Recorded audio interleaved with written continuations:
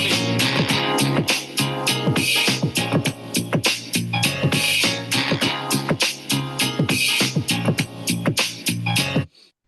hello, hello. Welcome back, UCB family. Please like, subscribe, share, tell a friend to tell a friend to tell a friend. We have a guest today, starting off our spring semester with Uncommon Bond podcast, welcoming Miss Ileka Falette to the show. Hello, how are you? Hey, what's going on? I didn't know y'all did it by semester. Hold up, we in college? Right, we fake in college right now. We fake in college. How's everything? Everything is great. As always, gotta live in positivity, light, and love. That's how I feel. Right? I'm not gonna even try to cover what you do. I'm gonna let you tell the people what you do. Yeah. So I am Ileka Falette, and what I do is I work with women who are ready to fuel their bodies so they can lose the weight while keeping their curves, feel better, have more energy, and live the life they want without giving up the life that they love. And so I'm good at this. I know about this because I lost 120 pounds myself as a mom of four, married, in corporate, doing all the things. And I kept my curves, number one, and I feel good. So see, you done gave away a little bit because I'm gonna ask a lot of questions, but you did bring up your weight loss journey.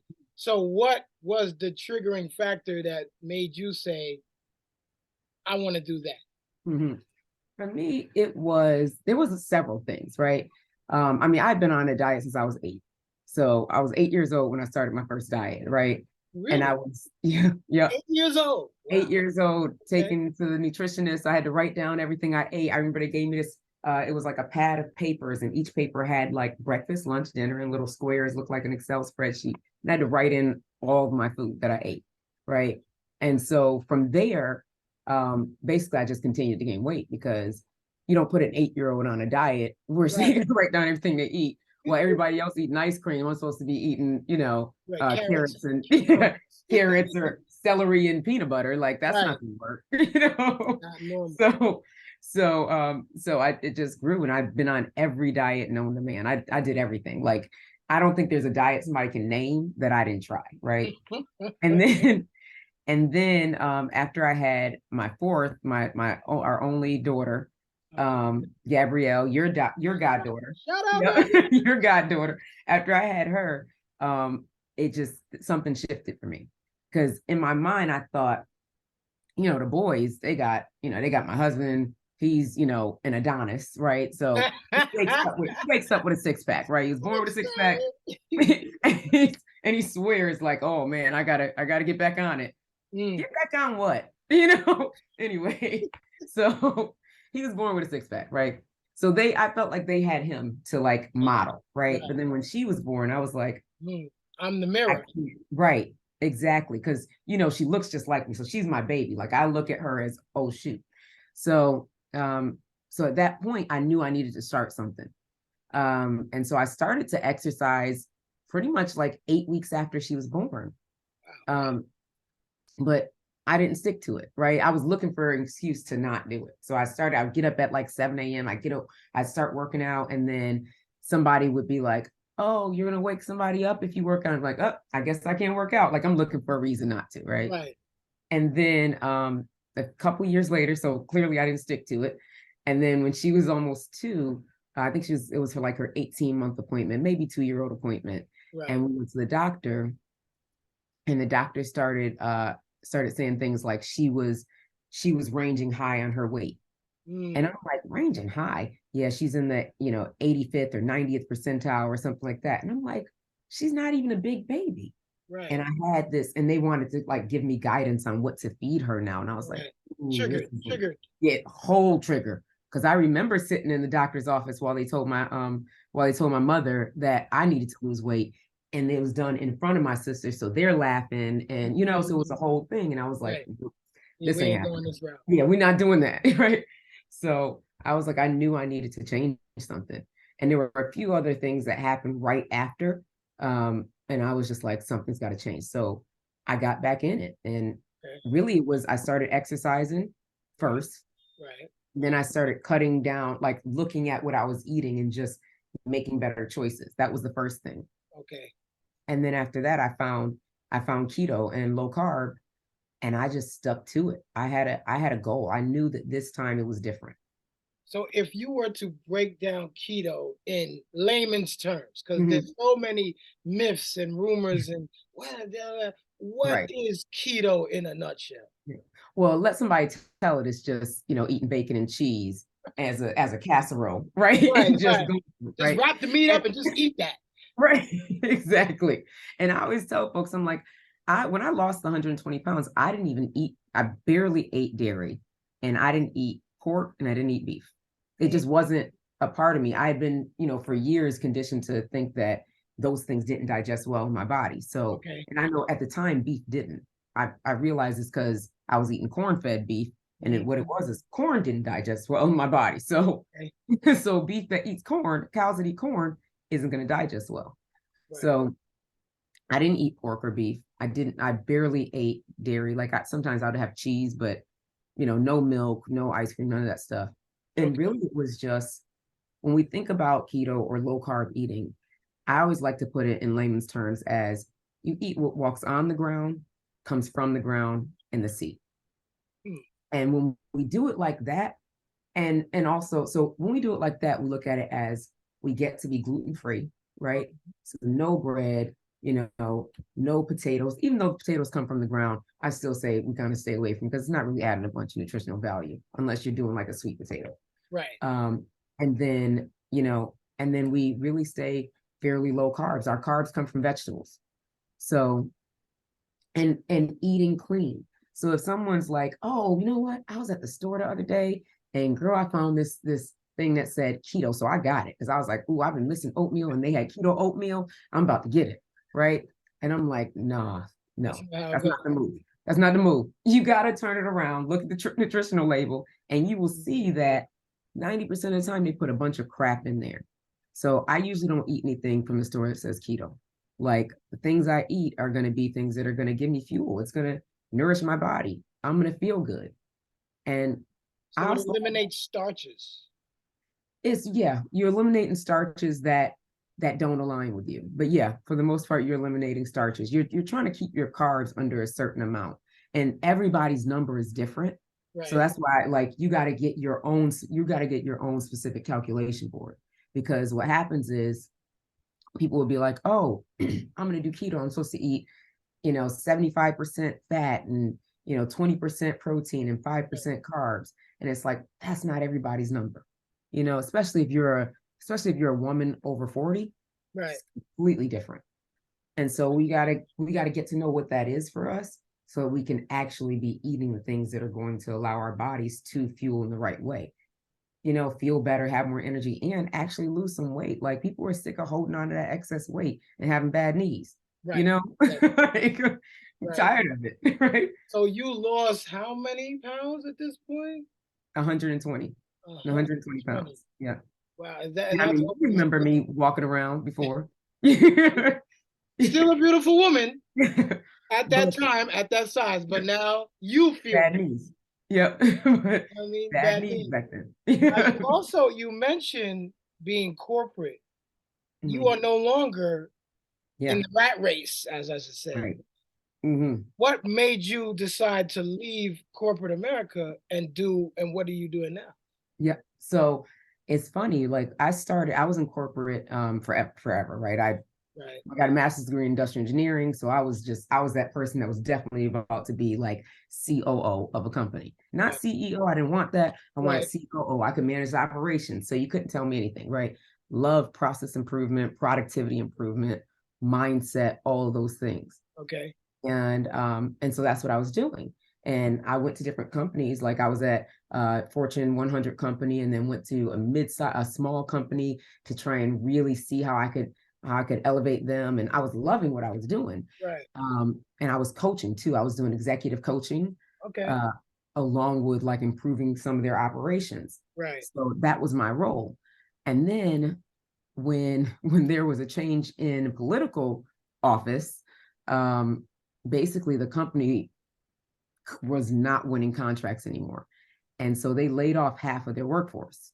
Wow. And my whole job was basically conditioned on me helping to, like, as an executive coach and things like that, working with their workforce to help them with their professional development, all that, right? Leadership development. How do they move through from this role to this role and continue on their career progression, right?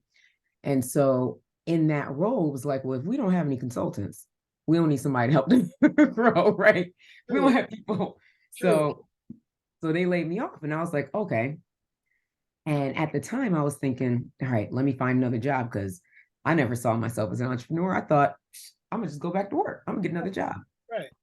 And jobs were not coming. Like, I would see an opportunity it would be like, the job might as well said, this role is for Ileka, right? I'd apply, and they would be like, nah. No, she ain't the one. And I'm like, I've never not gotten jobs. Right. I always had companies like throwing themselves at me. I'm right? overqualified. Right. Everybody was throwing it before. And this time, nobody. Like, doors were closing and slamming in my face. And I was like, what is happening? And at the time, my husband, he was like, why don't you start the YouTube channel you've been talking about for years? And I was like, I mean, I guess I could start, YouTube channel, but I ain't got no money. I need to be bringing in money. Like, that's the way I see it. Right. I need to be bringing in money. So he was like, just take a break, do the YouTube thing, see what happens. I was like, and I really think it was like God, like, hey, I'm about to close every door. Right. I'm gonna make sure you go to your because you think this is what you're supposed to be doing, but I've been trying to tell you is this. So every door I'm gonna slam right in your face, and the only place you can go is through that window. So that's what was happening for me. So I started the YouTube channel. Okay. And I remember I started in September of 2017, and by December or January, I had about 5,000 subscribers, and then it just kept growing and growing from there. And I was like, whoa, I can't believe people were joining like this. Like, what's going on? I was shocked, right? And I just was telling my story, like, and I was giving tips and showing people what to do. Right. And then somebody asked me to coach them one day, and I was like, first of all, what's the coach? Like, I've done executive coaching. Right, but what is this? I've been a basketball coach, right? But I don't know what you're talking about, like, And they were like, well, just show me how to lose weight and just help me do it. Okay. And so I was like, okay, why not? And I was like, I guess you could just pay me this little tiny pennies to do it, because I didn't know, And so when I started helping her, she lost 100 pounds. Wow. We worked together for a year, and she lost 100 pounds. And I was like, oh my goodness, I think I might be good at this. Right. And other women started coming, and men too, which was shocking to me still. And so people were coming, and they were seeing results. And I was like, maybe this is what I'm supposed to do.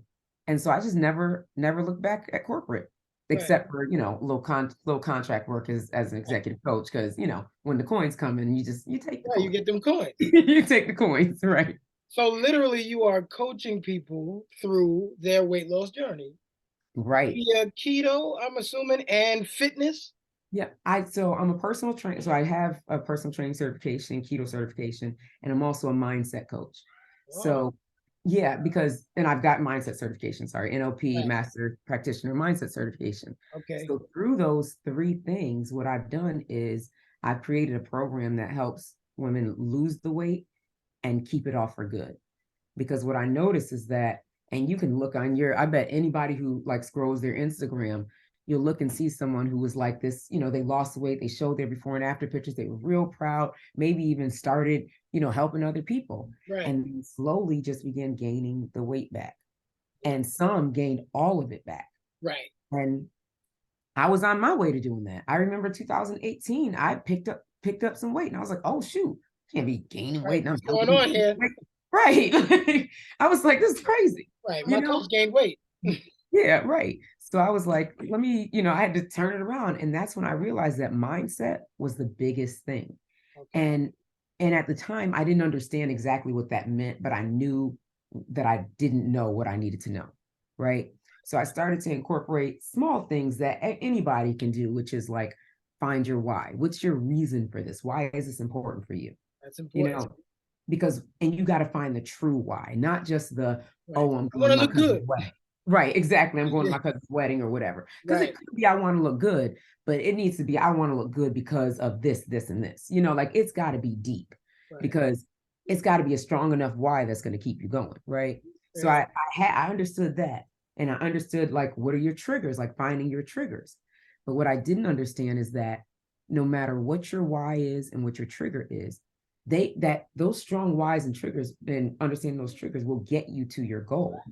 But no matter what that why is or what that trigger is, it could be your kids, it could be your health, like you might die if you don't do this. If you don't get it together. If you don't keep it going, right. Like you lost the weight and you're like, oh, I got this. No matter how strong that is, if you haven't shifted like your relationship with food, like truly changed that, if you haven't uncovered the reason for the weight, like why it's there, and it's not just because I eat a lot. There's something underneath that's here and here. Very true. That's holding on to it. And if you haven't uncovered, if that hasn't been uncovered, I don't care who you're working with or what you're doing, that hasn't been uncovered, that weight is coming back. Like I've seen it. People who life or death, if you don't keep this weight off, if you gain 50 more pounds, or if you gain 50 pounds back, you're going to die. And those people gain the weight back because they got to understand where the weight stems from. Yeah. Why am I eating in this manner? Exactly. Because it's not everybody overweight is even eating like that. Right. Okay. Sometimes it's the stress, it's the past trauma that's holding on to the weight, even if you're not eating crazy. Now that's crazy. That I never thought of. That has nothing to do with it. Yep, because the brain is doing way more than people understand. Well, I'm glad you mentioned that because I did want to transition into, I see a lot on your page as far as self-care and how important it is. Yeah. What does self-care mean to you and how do you inculcate it into your life? Yeah. So self-care is, I'm actually doing a workshop on that today. So self-care is actually what fills your cup. Oh, okay. What? How come you should have done? Mm-hmm. Yeah, go ahead. Oh, she wants to say hi. Okay. Hi. Hi, Gabby. You? Well, why are you wearing that? Okay. We're doing an interview. We're doing See you soon. What? I never just say hi and then hi, but I've never seen you do a thing. Okay. Love you, View. Okay, love you. Don't want to say bye. Okay. Well, he heard you. Bye.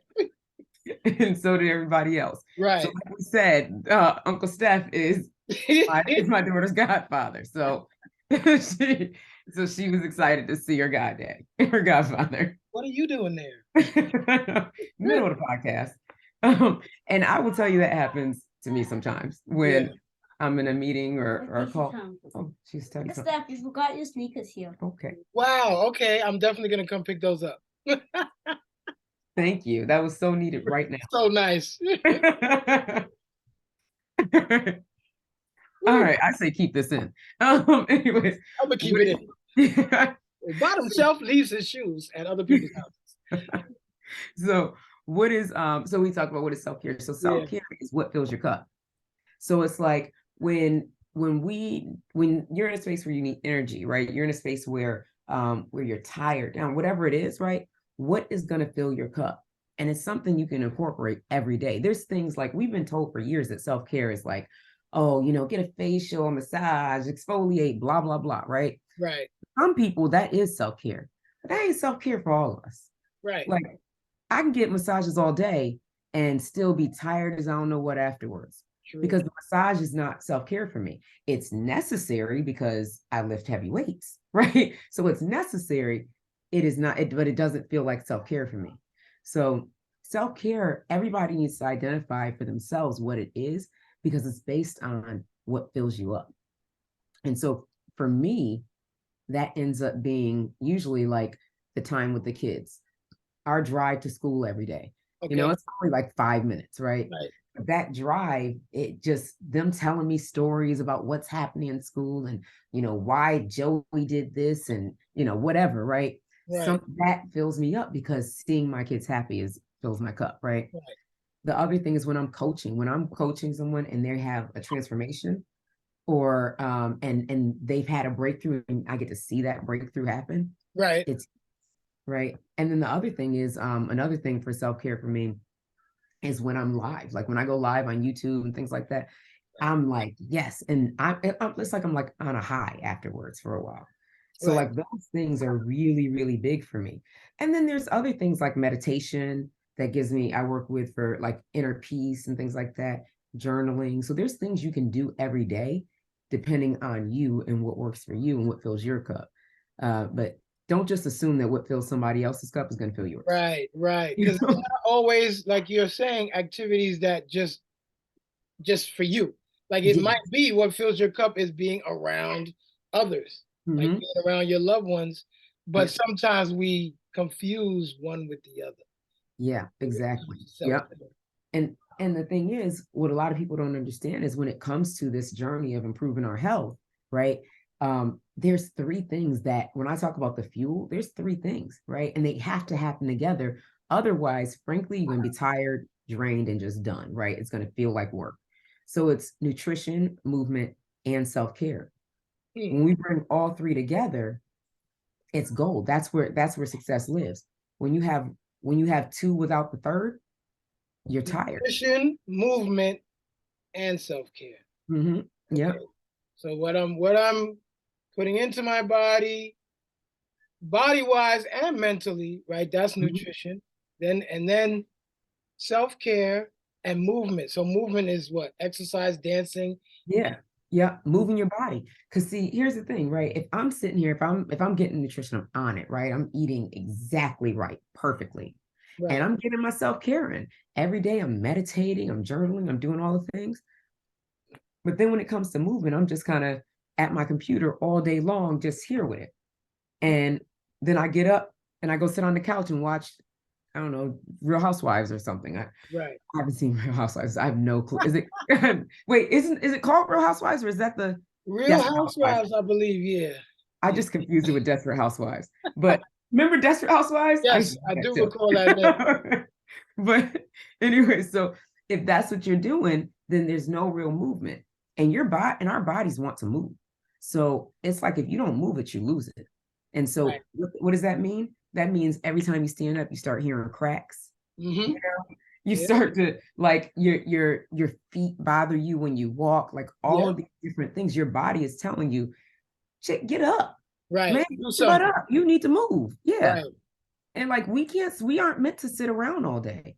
And if Right. you think about it, and this is how I know. This is how I know this for a 100% fact.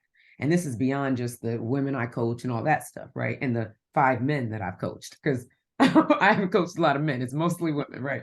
So the 700 plus women and 5 men. This is beyond that. This is looking at my 98-year-old, almost 99-year-old grandmother Wow. and my great grandmother, and all these people that I've seen who never sat their butts down. They were always up Doing moving. something. Right. And that's why they were always able to move. But Right. then you'll see those people that have been like basically bedridden for the Yep. last 15 years because Yep. they stopped, right? They weren't moving. They were constantly, go get me this, go get me that, go upstairs and blah, blah, blah. Right. It's about up. You can go upstairs. Right. You Right. can move. Mentally, I think sometimes people, as we age, start to mentally subscribe to the aging process. Yes. You don't have to. Like literally be like, oh, I'm getting old. No, you ain't. Yeah, exactly. You ain't. My grandmothers did not subscribe to that. And Mm. so until probably maybe 2 years ago, my grandmother, who is 98 now, until 2 years ago, she was still getting up and like fixing her own stuff and, doing things. Right. And like my other grandmother, well, she passed away at 89 and she had cooked Thanksgiving. She had cooked dinner to Thanksgiving before, like she was still like, when we're still moving, active and agile, Right. that's what our body wants to do. And it helps us to stay mentally aware. Right. Keep us Like, sharp. yeah, right. Exactly. Fully sound mind. And you know? have 4 little human beings that make sure that you're moving no matter what. Exactly. They are not playing any games. So listen, right? As a guy out here in the field, you know what I mean, looking around. I got to say, you've been married now, what, 11 years? No, 16 almost. Yo, that's crazy. 11? See, Our oldest son is listen, 14. I stopped counting at 10. Once it Okay, was I was 10, I like, was you like, were in the wedding. I know. Listen, she is married to my brother from another. This watch is my sister. 16 years of marriage? I know. Tell me a secret. What is something that you subscribe to in your marriage that keeps it healthy? Yeah. So one thing that we subscribe to is we don't stay mad at each other. So, and we don't go to bed mad. If something is happening, if we angry, if I'm mad or if I'm acting a flying fool, because it's usually me. Let's be honest, right? It's usually me. Hear that, women? Accountability, accountability. Right. Like we know that it's you, and I'm not saying that's with every woman, Right. but we know that. I mean, my husband is like, you know, he's a saint. Listen, he's a different human being. Right. It's a whole nother show. This man don't Yeah. drink. He don't curse. Curse. He is a different human being. Right. I tell you. I'm like, just say shit with me. Just say shit with me. Come on, say it. Shit. You're right. Shit. But yeah, he'll do not. You know, he's that guy, and he like plays basketball and plays video game, whatever. So usually it's me, right? So if we are having an argument or if something is happening, we make sure that we resolve it before going to bed. Okay. Because you just don't go to bed, or even before leaving each other. Right. Like if he has to go to work or something, we've been having some scrub or arguing whatever that morning, then if it is something that we can't resolve immediately, then we're gonna pause it. Table, yes. Yeah, table, right? It's still gonna be a hug, kiss, I love you. It's never a F you, I'm out. And there's the one right there, because sometimes when people have those butting of the heads, you forget that the other things are still important, right? I still respect you enough to acknowledge that you're leaving for the day. Yeah. And whatever the case, like, why would you not say good morning, or why would you not say, give a kiss on the way out the door just because of a little spat? No one's getting divorced today. So what's the point of not doing the normal thing? But that's where some people make mistakes. Yeah, I think it's so stupid, because it's like, here's the thing. He's going to get on my last nerve. I'm going to get on his last nerve. And we're going to still be married in 50 years because it's just what we're doing, right? This is what we chose, right? We are doing this. And so why sit there and allow something stupid to completely separate you when you can have conversations to realign? It's all about consistently realigning, because there's going to be things that shift, right? Like when we got married, I was in corporate America and doing that whole thing. I'm in a completely different business and field now. Right. So there's gonna be times where I may travel more or whatever. So now we've got to realign. What does that mean? How are we going to handle the excess travel, or, my work schedule is different now, or whatever it is, right? How do we deal with that? And so we got to have conversations about it. Like, communication is key. And then as a part of the communication, understanding, like going into it, and this is tough to do. I promise you it's hard to do, because we immediately think that the person on the other side of this argument is after us, like out to get us, right? Right. So we got to step into a space where if we are having a disagreement, understand that person loves you and only wants the best for you. So he or she may just not understand what we're talking about, what we're doing, or what's going on. Okay. Right. So we get to step into that versus being like, oh, I'm so angry, or, oh, he did this, and then creating all this blame when it's not real. That's not reality. Right. Like, he wants the best for you. You want the best for him. So the argument that you're having, you need to understand that he's not going to be trying to trick you, or, or like get over on you, or all these things that we've created because of past traumas. True. That's a good point right there. 16 years of marriage, which, for whatever reason, as we look at the world today, and you guys, married or not married, you see society and the value of marriage has now plummeted to like this disgusting place where it's like you start to question, for those of us on the outside in single land, like, is it worth it? You know what I mean?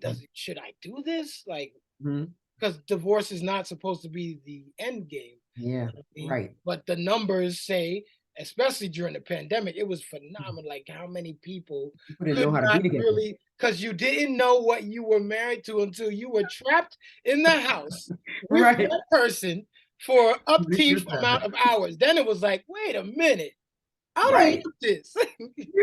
I don't like you that much. I don't like you like this. I don't think I want to do this. Now I want to It do was more. okay when we was only seeing each other 3 hours a day. You Right. know? And like Yep. you were saying, because I do know you both, you guys are at such opposite sides of the spectrum on certain things, whether Yeah. it's, lifestyle or how we speak or just opinions on certain things. Mhm. I watch you guys sometimes and it looks like a disagreement, but it's really just he pokes the bear and then you poke the bear. And then y'all say a little thing, then you say a little thing. So, Mhm. but the chemistry is there, which of course, raising 4 kids, how do you balance 4 human beings in Mhm. marriage? Yeah. And that's the thing. So it really starts with making commitments when you start the marriage. Right. Right. So some of the things that we both realized in terms of what we wanted and what we didn't want came from the way we grew up. So both of us, our parents are still married. Like my parents still married, his parents still married. That says a lot. Yeah. That says a lot. That's a big deal. Yes. So we came into it knowing, hey, this is for life. This is Right. how it works. Right. True. So divorce and all that stuff wasn't an option. Right. The only way either of us going out is in a body bag. Right. So that's the way that's the way we knew. Right. So coming in like that, the other thing I'd seen over the years with friends whose parents are married and things like that, because when we got married, my parents still had kids in the house. Right. So, but I'd seen with some friends that when all the kids left, the parents came back and were like, hi, my name is, like they didn't know each other anymore because they became parents versus husband and wife for so many years. And so that was one thing that we both said we don't want. We want to make sure that we are still us, married to each other, loving each other. And as we grow and progress and things change within us, we get to know the new us, the new each other. So we get to continue to evolve, right? And that was a big commitment that we made from the beginning. So with 4 kids, during the first few years, because remember, it was 4 kids in 6 years. So during those first few years, it was tough. Like we were still trying to get out and have dates and stuff, but it was hard to do because nobody wants to babysit 4 kids. No. So we were sitting there like, shoot. I mean, there's been times we had to call you or call Gina or somebody like that to come from out of town. And then it was nice to have like Steve and like Connie and people that are there. Because it takes a village. Yeah, that would come in and babysit, but it was tough. Right. So having people, have our backs was amazing, but it wouldn't be on a daily basis or even a weekly basis. It would be like once in a blue moon. Oh, your 10-year anniversary, we're going to Hawaii. People stepped in and watched the kids, So on a weekly basis or a daily basis, we had to find and create space for us. Like the kids go to bed and we're going to sit down and watch Entourage together. That was a long time ago, but Entourage, that's where it started. Like we're going to watch Entourage together, right? Now we watch The Pivot. I love The Pivot, So we watch The Pivot together, and then that's big too, because that's something that, you're a sports person and you play basketball, things of that nature, but that's something that will be more so in his lane, but it's something you enjoy with him together and you both have found a liking to it. Exactly. It's a good thing. It is, because there's certain things like we can do like that. Like I was saying, The Pivot, and then like we watch The Boys and some wild shows like that. The Boys is crazy. But if we have some TV shows, and then we also we are committed to getting out and just being together. Since COVID has been even better. Like what I used to before COVID, I would go and be at the gym, and then at lunch, like when I finished, it would be around lunchtime, and I would run and what would I do? I would run and I would call him and say, hey, you want to meet for lunch? About once a week we'd meet for lunch. Now it's like, he works from home every other week. So what I'll do is I will when he works from home, I lighten my schedule those days. So if he has time where he in between meetings or something, we try and go to lunch or we'll run to the store together. Now the kids are older though. it's like, hey, y'all stay home. The oldest can watch y'all. We're gonna run out to the store, or sometimes we're gonna run out to the movies or a play. Not a play. We don't never go to a play. But you gotta or a make comedy show. Yeah, right. But you make time. Time. To be together. Yes. So before we get out of here, one Super Bowl prediction, because this will air on Super Bowl Sunday. Eagles. Obviously, Eagles over Chiefs. Yes, the Eagles over the Chiefs. First of all, and here's why. Here's why. I got to go for the black running quarterback, right? That's just who I am, right? I can't even help myself. I know who I am, right? I'm an Andy Reid girl, right? Okay. And Pat Mahomes, he black. He run around a little bit. I mean, okay. But we going Jalen Hurts. Yeah, I'm going Jalen Hurts. That's just who I am. It's in me, right? Plus, I just think the Eagles got it. I think the Eagles is a better team this year. I really do. Please tell the people where they can find you. All right. And so you can find me. I often host different workshops and challenges. So you can always go to my website, ilekafalette.com, or you can find me at ketomommy-makeover.com. And then the other spaces on Instagram, Ileka Falette at Instagram. And then I post there often. And then on YouTube, that's my biggest space, which is Life Health Now Ileka. But if you put in Ileka, right, my name, which is Ileka, it'll come up for sure. Okay. Listen, Ileka, thank you very much, my sister.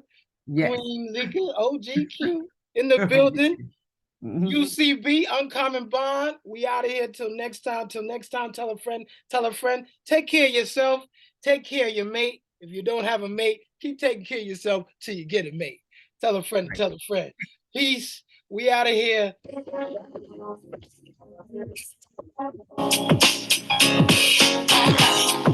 is my song.